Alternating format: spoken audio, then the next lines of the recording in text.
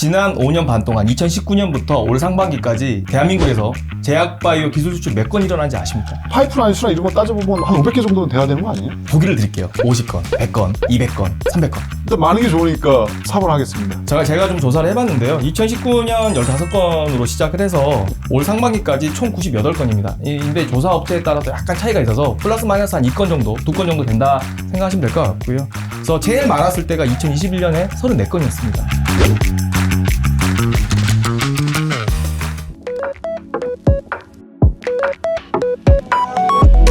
안녕하세요. 이데일리 김지한 기자입니다. 오늘은 국내 제약바이오 기술 수출 대표 사례에 대해서 한번 살펴보도록 하겠습니다.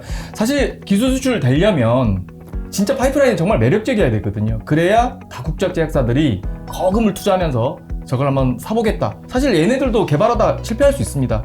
그 리스크 테이킹하는 그 포인트가 뭔지 오늘 그 부분을 5개 사례를 통해서 한번 짚어보도록 하겠습니다. 우선 리가캠 바이오 같은 경우에는 기술 수출 건수로 보게 되면 국내 최다 건수 같거든요. 일단 리가캠 바이오 경우는 2015년 이제 푸싱 계약을 시작으로 해서 누적으로 총 12건, 최근 오노 약품까지 총 12건 기술 수출에 성공했는데요.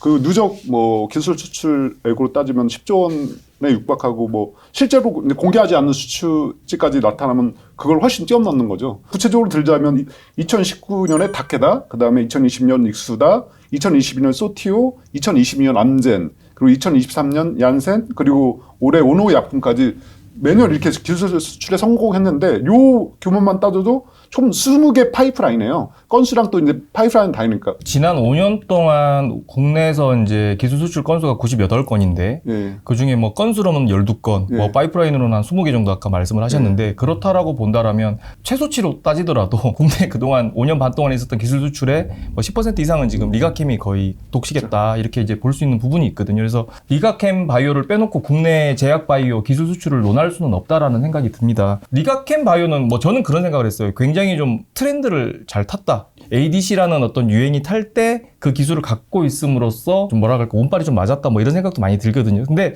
ADC가 사실은 그렇잖아요. 좀 설명을 드리면 일반 화학항암제 같은 경우에는 그냥 몸에 들어가서 정상세포와 암세포 모두에게 이제 공격을 함으로써 어떻게 보면 암만 죽여야 되는데 정상세포까지 이제 죽임으로써 몸이 굉장히 안 좋아지는 부작용이 좀 크게 드러나는 그런 이제 치료제라고 했을 때 ADC 같은 경우에는 항체 접합이잖아요. 말 그대로 이제 특정 단백질까지 화학항암제를 잘 이제 운반해가지고 화학항암제가 그 암세포에서만 또 폭탄이 터지게끔 하기 때문에 암세포만 좀 골라서 공격하는, 그래서 부작용이 최소화되는 그런 특징이 있는 걸로 제가 알고 있습니다. 그런데 이 ADC는 제가 알기로는 많은 기업들이 지금 하고 있단 말이에요. 유독 리가캠 바이오 ADC가 잘 팔린다는 생각이 들어요. 어떤 특징이 있는지 그거 좀 설명 좀 부탁드리겠습니다. 2000년이죠 정확하게. 마일로탁이라는 ADC 제품이 FDA에서 승인이 났어요.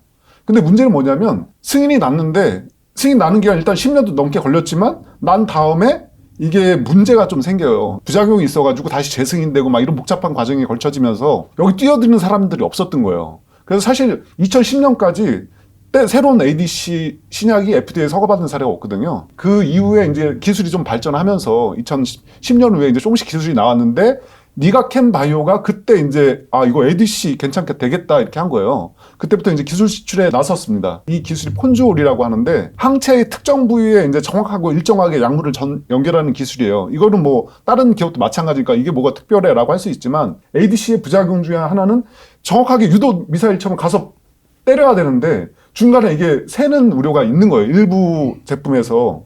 그래서 얘네는 그런 혈중 방출 문제를 해소했어요. 이 플랫폼 기술을 통해서. 또한 ADC 연결된 약물이 혈중에 방출되지 않게 해주는 이 링커 기술을, 안전한 링커 기술을 개발한 거거든요.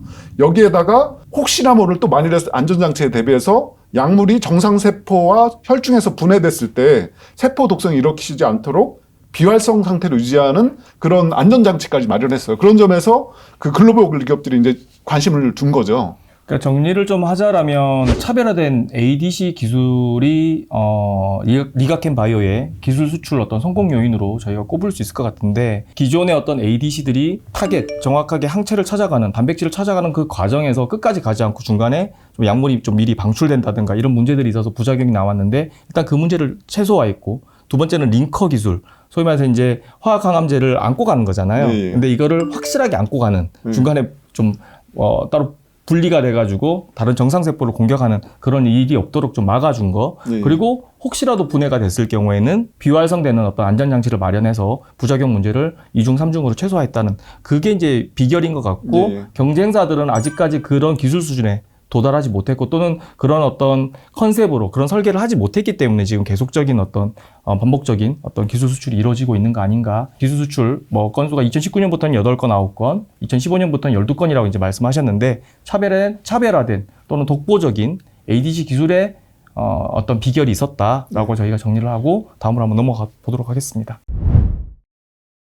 보니까 한미약품 기사 보니까 굉장히 길게 쓰셨더라고요. 네. 아, 이런 뎁스 있는 내용이 있었구나. 저도 좀 알게 됐고, 결국에는 이제 기본이 중요하다 이런 생각도 많이 들었는데, 저 사실 좀 기대를 많이 하고 왔어요. 이 내용에 대해서는. 한미약품 같은 경우는 제가 알기로는 기술 수출 원조로 알고 있습니다. 이 회사의 기술 수출 비결은 뭡니까? 기술적 비결을 말씀드리기 때문에 먼저 이제 설명드리고 싶은 게 되게 어려운 질문인 게 이제 라면에 끓이는 방식은 되게 많잖아요. 예를 들면. 근데 거기에 매뉴얼이 있잖아요. 그거대로 끓이면 제일 맛있다고 하잖아요. 그럼 뭐 석박사들 해도 우스갯소리로 하는 것처럼 한미약품은 그런 정석이에요. 그래서 사실 설명하고 나면 별게 없어요. 일단 R&D 투자에 진심인 오너, 그걸 뒷받침해질 만한 그 연구진과 기술력, 자본이 뒤따라야죠. 이 세 개가 종합적으로 뭉쳐 있다 보니까 이 기술, 이제 우리나라의 대표적인 그 수출 기업이 된 거죠. 결국에는 R&D에 이제 굉장히 진심이었던 회사, 이렇게 이제 말씀을 해주셨습니다. 그래서 다른 어떤 요령이나 어떤 뭐 얕은 수를 부리지 않고 정석대로 뭐 신약을 개발하기 위해서 자원과 인력을 좀 투입을 하고, 그리고 이제 충분히 개발할 수 있는 어떤 시간을 부여하고, 이런 어떤 정석적인 과정을 거쳐서 이제 갔는데, 그렇게 할 수 있었던 거는 오너의 어떤 의지가 있고, 두 번째로는 그걸 할 수 있는, 연구 개발을 할 수 있는 어떤 자본이 충분하기 때문에 이제 한미약품은 굉장히 어떤 정석적인 어떤 흐름으로 가고 있다 이렇게 말씀을 하셨어요. 한미약품 하면 또 우리가 약간 트라우마가 있잖아요. 네. 기술 수출 반환이 한번 됐습니다. 기술 수출 됐다고 다들 축하해주고 떠들썩했고 기업 가치도 굉장히 많이 올라갔는데 한번 또 기술 반환이 되면서 뭐야 이게 뭐 실패인가? 뭐 이런 얘기도 많이 나오고 또 노이즈가 많았는데 이 부분에 대해서 한번 짚어주시죠. 물론 반환됐다고 이제 욕을 할 수 있지만 신약을 개발하는데 정말 수천 분의 1의 확률, 마지막 신약 개발에 성공하기까지는 그 확률을 뚫고 가야 되는데 어떻게 실패가 없겠어요. 만약 오너나 누가 이렇게 경영진이 사회적으로 너 기술 반환됐어. 니네 이거 그냥 끊고 이제 뭐 우리는 뭐 이거 그만하자 이렇게 해버리면 그 회사는 진짜 망하는 거예요.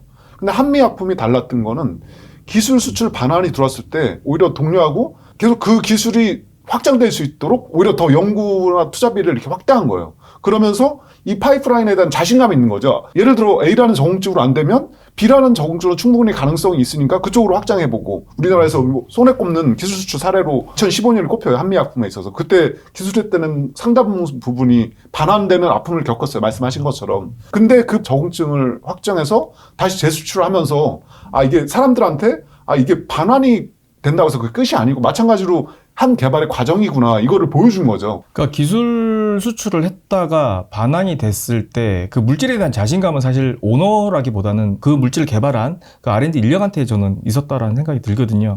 그런데 그 물질에 대한 자신감을 바탕으로 다른 적응증으로 다시 한번 개발을 해보자라고 했을 때 그건 아마 R&D 인력에 대한 인력 내부에서의 어떤 결정으로 저는 보여지거든요. 근데 그 결정에 대해서 오너 일가가 존중을 해준 건 아닌가 이런 생각도 드는데, 당연히 그것도 맞는 말이죠. 근데 이제 제가 말씀드리는 것은 어떤 자본이 투여되고 유지되는 거는 오너의 결정이잖아요. 최종적으로 아까 말씀하셨듯이 당연히 이게 되고 안 되고 세부적인 그 틀에서는 실제 연구하시는 분들이나 이런 분의 많은 논의가 오가겠지만 결국은 그게 위로 올라가서 최종 이걸 할 거야 말 거야 결정은 오너들의 역할이잖아요. 왜냐면 거기에 대한 상당한 비용이 투자되고 고스란히 그 회사의 오너가 책임을 지게 되니까요. 특히나 그 한미약품 같은 경우는 오너 중심의 회사이기 때문에 그런 의미에서 저는 한미약품을 좀 긍정적으로 본 거죠. 오너십에 대해서. 한미약품의 어떤 기술 수출에 있어가지고 오너십 그리고 리더십 이 두 가지를 빼놓을 수 없다. 저는 좀 궁금한 게 뭐냐면 한미약품이 굉장히 좀 어려운 적응증, 소위 말해서 중증이나 희귀질환이나 뭐 이런 부분에서 이제 혁신 신약을 만드는 건 알고 있습니다. 네. R&D의 진심이라고 하셨는데 R&D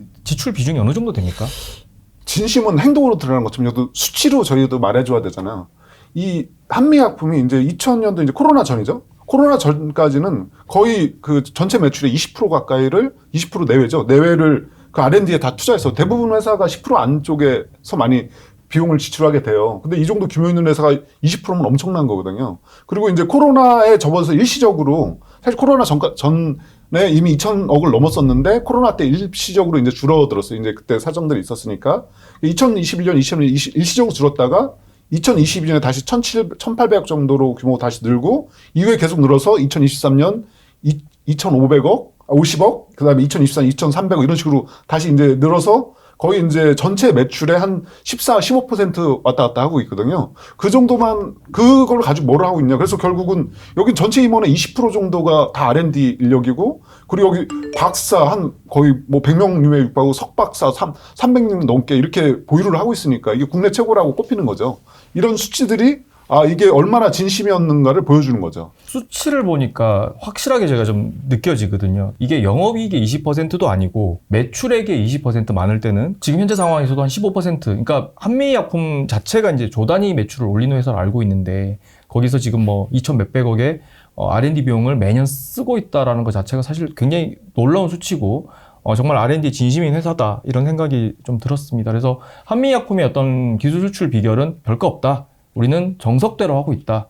뭐 전략적으로 이런 치료제가 뭐 시장성이 있네 없네 이런 걸 떠나서 정말로 혁신 신약, 적응증이 어려운 뭐 난치병 그리고 희귀질환 이쪽에 이제 포커스 맞추면서 가고 있기 때문에 꾸준한 성과를 내는 거 아닌가. 자, 이제는 알테오젠 차례인데요. 알테오젠은 지금 코스닥에서 대장주로 지금 그렇죠. 있는 걸로 알고 있습니다. 시가총액 1등으로 지금 군림하고 있고요. 최근 한 2, 3년 사이에 주가도 굉장히 많이 올라갔습니다. 그래서 시장에서도 관심이 굉장히 많이 있는 기업으로 제가 알고 있는데 알테오젠 같은 경우에 저는 뭐 기술도 분명 훌륭하지만 전략이 굉장히 좋지 않았나 이런 생각을 항상 많이 해왔습니다. 직접 취재하신 유 기자님께서는 어떻게 생각하시는지요? 100번 공감하죠. 이제 아까 말씀하셨듯이 알테오제라는 기업이 2014년에 이제 코스닥에 상장했어요. 그때 이제 시가총액이 이제 1,400억 정도 됐는데 지난 15일로 기준을 보니까 23조더라고요.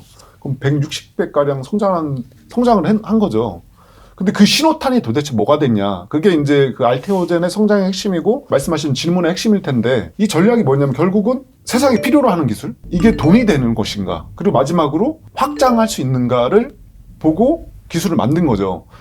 이 말을 종합하면 거기 플랫폼 기술이에요. 그러니까 어떤 플랫폼 기술이 알테오젠이 가진 플랫폼 기술이 뭐냐면 정맥주사 의약품을 피하 주사 제형으로 바꾸는 건데 말 그대로 사람들이 이제 맞기 힘든 제품을 편하게 손쉽게 가격이 싸게 맞게 해주는 거예요. 주사제인데 근데 이런 주사제들이 정말 다양하게 있어요. 근데 이거를 전환하는 기술, 정맥 주사를 피하 주사로 전환하는 기술은 해외에서는 이렇게 글로벌 기업은 한국 제약은 없거든요. 그 플랫폼 기술 전략이 주요했던 거죠. 제가 좀 알테오젠 기술을 좀 정리를 해드리면 보통 이제 우리가 항암제를 투여할 때 항암한다고 보통 표현하지 그렇죠. 않습니까? 보통 그럴 때 주사약이 뭐 짧게 뭐 1초 들어가고 2초 들어가고 이런 백신하고는 좀 다릅니다. 수시간 들어갑니다. 보통 뭐 3시간, 4시간 들어가는 약도 있고 그보다 더 길게 들어가는 약도 있는데 정맥으로 넣다 보니까 이제 우리 정맥 주사 맞아보시면 아시겠지만 한 방울 한 방울 들어갑니다. 그래서 우리 뭐 링거 같은 거 맞으면 그 약 다 들어가는데 굉장히 시간이 오래 걸리지 않습니까? 근데 이제 얘 피하 주사로 바꾸게 되면 소위 말해서 정맥을 통하지 않고도 몸에 이제 어떤 부위에 이제 찔러 넣어서 그냥 뭐 우리 근육 주사로 보통 그러나요? 네. 좀 다르긴 할 것 같은데 그렇게 이제 약을 집어 넣다 보니까 짧은 시간에 넣을 수 있습니다. 예를 들어서 3시간 반이 걸렸다라면 이걸 통해서 하면 뭐 5분, 10분 또는 뭐 길어봐야 30분 이내에 투약이 되는 거죠. 그래서 환자 입장에서는 굉장히 편의성이 높아지는 그런 기술이 이 알테오젠의 기술입니다. 그래서 저는 좀 궁금한 게 할로자임이 사실 이게 원조잖아요. 예. 우리도 뭐 음식 먹으러 가면 원조 식당 가서 이제 음식을 주문하게 되고 또 거기를 또 줄을 서더라도 거기 가서 먹으려고 하잖아요. 근데 원조보다 지금 제가 봤을 때 알테오젠이 더 잘 팔리는 것 같거든요. 네. 그게 잘 팔리는 이유가 뭐죠? 원조 식당이 있다고 하셨잖아요. 네. 근데 고인물을 항상 이렇게 섞게 되는 것처럼 기술은 계속 진화해야 되는 거잖아요. 그러면 할로자임이 고인물이라는 말씀을 해주셨는데 그렇죠. 어떤 의미에서 고인물이죠? 일단은 이 기술에 계속 개발이 되고 뭔가 이렇게 그 최신 트렌드에 맞게 변화해야 되는데 그런 거를 확장을 못 하고 있는 거죠. 예를 들면 그 인간 효소를 사용해서 뭔가 단백질 발영량도 높고 경제성도 높고 그런 특징을 갖는데 효소 활성과 열화 안정성도 높아가지고 그 사양이 또 뛰어나다고 하더라고요. 그다음에 기존 제품보다 유효기간도 길고 그럼에도 불구하고 어쩌면 뭐 확보해서 이 기술을 가져다 쓰면 그 가져다 쓰는 그 기업들은 정말 그 부가가치가 몇십 배씩 뛸 수 있는 상황이 되는 거죠. 그러니까 정리를 좀 해보자라면 알테오젠은 일단 시장을 굉장히 잘 본 것 같습니다. 경쟁자가 사실 글로벌 전체로 놓고 봤을 때 할로자임 하나밖에 없는 거지 않습니까? 그래서 나가봐야 뭐 자기네들이 따라가봐야 뭐 2등 전략이라고 하지만 정말 2등 그 둘밖에 없는 시장인 거예요. 어떻게 보면 시장을 할로자임과 알테오젠이 양분할 수 있는 시장을 좀 공략했다라는 게 첫 번째 포인트고, 두 번째는 원조를 따라가면 사실 원조보다 좀 못하기 마련인데 그쵸. 장점이 좀 있었다라는 거거든요. 그 장점을 좀 정리를 해보자라면 인간 요소로서 조금 더 이제 인간 친화적인, 인체 친화적인 그런 물질로 개발을 했고, 두 번째는 열 안정성이 있다고 아까 말씀하셨어요. 네. 그만큼 이제 변형이 적기 때문에 사용자적인 어떤 입장에서 놓고 봤을 때 좀 편안한 거죠. 의료용 특수 맥약을 넣어야 된다거나 여러 가지 이제 그런 것들이 있지 않습니까? 네. 그러지 않아도 되기 때문에 조금 좀 편의성이 높았다. 그리고 세 번째로는 가격이 좀 더 쌌다. 이게 굉장히 중요한 포인트 같은데, 또 시장을 놓고 보게 되면 블록버스터 약들이 다 특허가 만료되면서 좀 특허를 보호하기 위한 어떤 그런 전략들이 수립되는 그 시점에 제형 변경이라는 어떤 이 포인트, 이거를 이제 어떤 플랫폼으로 제공함으로써 시장에서 많이 좀 각광받지 않았나, 좀 이렇게 좀 정리를 할 수가 있을 것 같습니다. 일단 티움바이오라는 회사 자체에 대한 어떤 그 차별성에 대해서 좀 설명해 주시면 어떨까요? 알테오젠이나 리가캠이나 뭐 한미 같은 경우에는 워낙 기술 수출을 많이 했고 또 성공을 했기 때문에 이 길이 정석이다라고 생각하실 수는 있을 것 같아요. 근데 이제 우리나라 지금 제약 바이오 현실을 보게 되면 정말 작은 기업들, 전 바이오텍이라고 하죠. 그런 벤처들도 지금 기술 수출을 어떤 목표로 삼고 지금 하고 있거든요. 그러면 기술 수출이 정말 한미약품처럼 해야 할 수 있는 거냐? 알테오젠처럼 그런 시장을 잘 공략해야 할 수 있는 거냐? 사실 꼭 그건 아니거든요.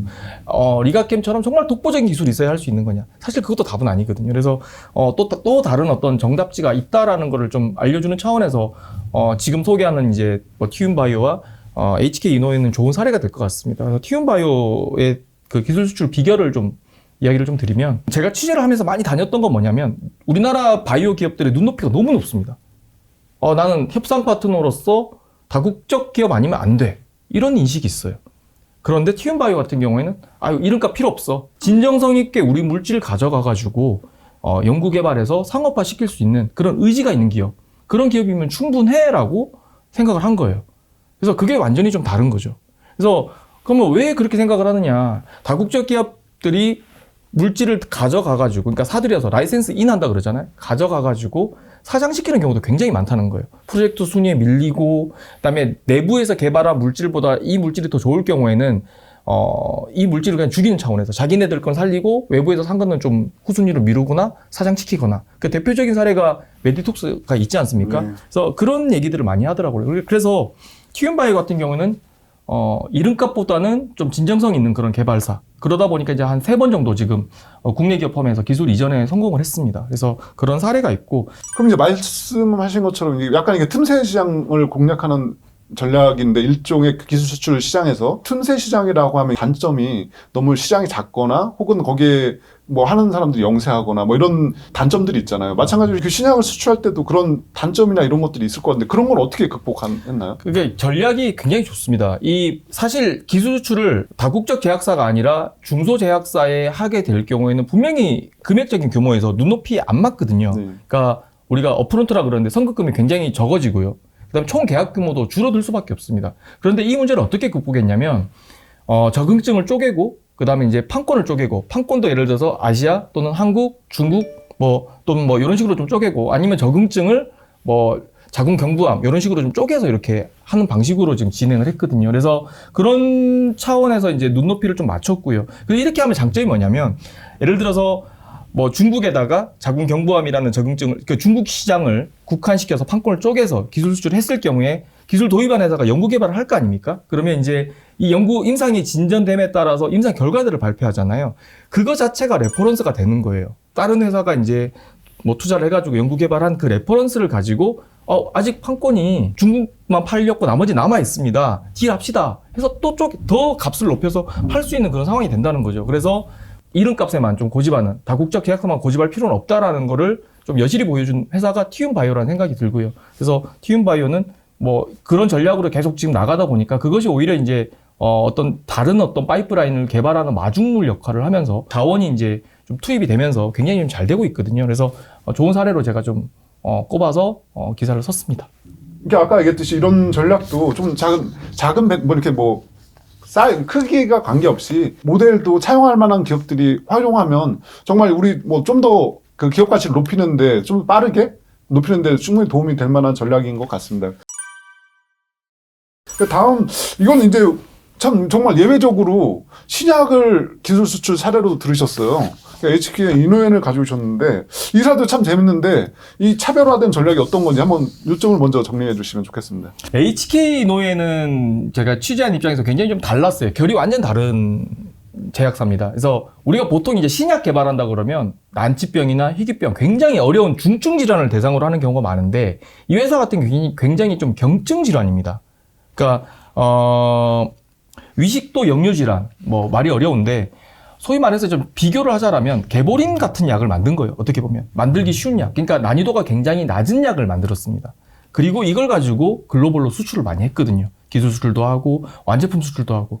그리고 또 특징이 뭐냐면 다른 제약 바이오 회사들은 전부 다 기술 수출을 지상 과제로 삼고 있다라면 이 회사는 상업화와 기술 수출 투트랙으로 지금 접근을 했습니다. 이게 굉장히 큰 차이점이라고 정리를 좀 해드리겠습니다. 기술 수출과 상업화 투트랙이라고 하는데 이것도 아까 말씀드렸듯이 이제 뭐 듣는 분들 입장에서는 이게 약간 막연할 수 있는데 이게 글로벌 수출이 되게 많이 됐더라고요, 의외로. 왜냐면 이게 기존에 다른 제품들이 있는데 그렇게 기술 수출을 잘 할 수 있었던 배경과 지금 이게 계속 그리고 확장 진행 중이잖아요. 이게 도대체 어느 정도 규모, 우리나라 첫 블록버스가 될 수 있을 정도의 성장 가능성이 있는 건지도 이제 좀 궁금합니다. 지금 KK 같은 경우에는 지금 그 다트 전자공시 들어가서 보면 이제 매 분기마다 이제 그 기술 수출에 대한 계약 건수에 대한 업데이트가 나오거든요. 그걸 좀 살펴보게 되면 14개 회사와 45개국 기술 수출 계약을 맺었습니다. 그래서 지금 이제 이미 17개 국가에서는 품목 허가를 받고 지금 제품이 출시가 돼 있습니다. 국내에서도 지금 올해 매출이 2천억 이상 지금 바라보는 그런 상황이고 사실상 우리 국내에서는 1,000억 정도 되면 블록버스터로 보지 않습니까? 아주 가파르게 지금 매출 성장을 하고 있는 상태입니다. 그래서 이 회사와 취재하면서 느꼈던 건 뭐냐면 이게 담당자가 이제 그런 얘기를 하더라고요. 우리가 다국적 제약사하고 계급장 떼고 맞붙었을 때 이길 수가 없다. 걔네들은 훨씬 더 많은 어떤 자본력이 축적이 돼 있고 연구개발 투하 자체가 숫자 자체가 많이 차이가 난다라는 얘기가 있었고요. 그 다음에 사이언스적으로 라이브러리라는 표현을 썼는데 데이터가 굉장히 많이 축적이 돼 있다고 했습니다. 한 100년 이상 축적이 돼 있고 국내에서는 사실 그 정도는 아니지 않습니까? 그러다 보니까 연구 성과에선 차이를 내기가 쉽지가 않다. 그러니까 중증이라든가 다국적 제약사들이 도전하는 그 어떤 질환에 대해서는 승부를 보기가 쉽지 않다라고 판단한 것 같습니다. 그래서 우리가 잘할 수 있는 게 뭐냐라고 했을 때 위식도 역류 질환, 경증이죠. 기존에 또 치료제가 있었고, 근데 시장은 좀 잘 보긴 했습니다. 뭐 그런 아주 마이너한 전략인 것 같고, 제가 봤을 때는 현실적으로 자기 객관화가 굉장히 잘 된 기업이다. 꼭 중증만이 답은 아니다. 경증 치료제지만 기존 치료제보다 좀 더 효능이 좋게 또 사용자의 어떤 그 복용 편의성을 높이면 충분히 가능성이 있다라는 그런 부분을 좀 잘 파고들었고요. 또 그런 측면에서 이제 그 전략이 잘 먹혀들면서 국내 시장에서도 빠르게 성장하면서 회사의 어떤 많은 어떤 자본적인 이득을 가져다 줬고 이런 것들이 이제 레퍼런스가 되면서 오히려 해외에도 완제품도 수출할 수 있고 또 뭐 임상을 거쳐야 되는 국가에는 기술 수출이 될 수 있는 그런 이제 상황까지 만들어졌거든요. 그래서 이 회사의 특징은 뭐냐면 다시 한번 말씀드리지만 중증이 아닌 경증에 좀 포커스를 맞췄다. 그러니까 전략을 좀 달리했다라는 부분이 있고요. 완제품과 기술 수출 이 투 트랙으로 좀 접근했다라는 부분. 그래서 지금 이 투 트랙으로 접근하다 보니까 현재 지금 이 회사의 어떤 양상을 보게 되면 기술 수출도 하고 완제품 수출도 하고 또 국내에서 또 완제품 만들어서 팔기도 하고 이렇게 하고 있지 않습니까? 그래서 어떻게 보면 제약 바이오의 어떤 이익적인 측면에서 봤을 때는 굉장히 이상적인 모습을 보여주고 있다. 이렇게 정리를 할 수 있을 것 같습니다. 그 신약들의 역사를 쭉 보면 그 신약들 개발할 당시에 나오는 자료들이 있어요. 그 각 회사마다. 20조 시장을 내가 타깃해가지고 거기 10%를 제가 먹을 거예요. 이 약만 나오면 정말 어마어마한 성공을 할 것처럼, 그리고 거기에 있는 글로벌 경쟁 시장의 약은 아무것도 아닌 것처럼 이렇게 좀 약간 포장해서 나오는 것들이 있더라고요. 근데 결국 그런 약들 중에 성공한 약들이 별로 없어요. 말씀하신 것처럼 경쟁사가 거기 있고, 그리고 이게 자기 객관화가 시작 개발하는 노력은 너무 이렇게 훌륭하지만 그런 자기 객관화가 좀 필요했던 게 아닌가. 자기 객관화라는 부분에서 좀 포인트를 드리고 싶은 게 뭐냐면 HK 이노인이 제가 알기로 매출액이 1년에 한 7, 8천억 정도 되는 회사입니다. 그러니까 작은 회사가 아닙니다. 그런데도 불구하고 굉장히 좀 본인이 잘할 수 있는 또 역량을 집중시킬 수 있는 그런 적응증에 집중을 했거든요. 또 그런 게 또 포인트고, 제가 봤을 때 굉장히 좀 겸손하다는 생각도 많이 들었어요. 이 정도 규모가 되는 회사라면 국내에서 단독으로 영업 전략을 세우고 이렇게 해도 되는 건데, 지금 보시게 되면 예전에 뭐 종근당, 지금 고령 이렇게 좀 연합 전선을 구축해서 영업을 하고 있거든요. 그래서 그런 거 보게 되면 이 회사 같은 경우에는 어떤 좀 전략적인 어떤 차별화도 분명히 있다. 이 부분도 좀 염두에 두셨으면 좋겠습니다. 우리가 5개의 기업을 대표 사례로 들어서 얘기를 했는데, 의약품 기술 수출 성공 비결을 좀 정리를 한번 해봤습니다. 과감한 R&D, 뭐 기본에 충실하자, 그리고 저 압도적인 기술력, 이게 리가켄 바이오 케이스가 될 것 같고요.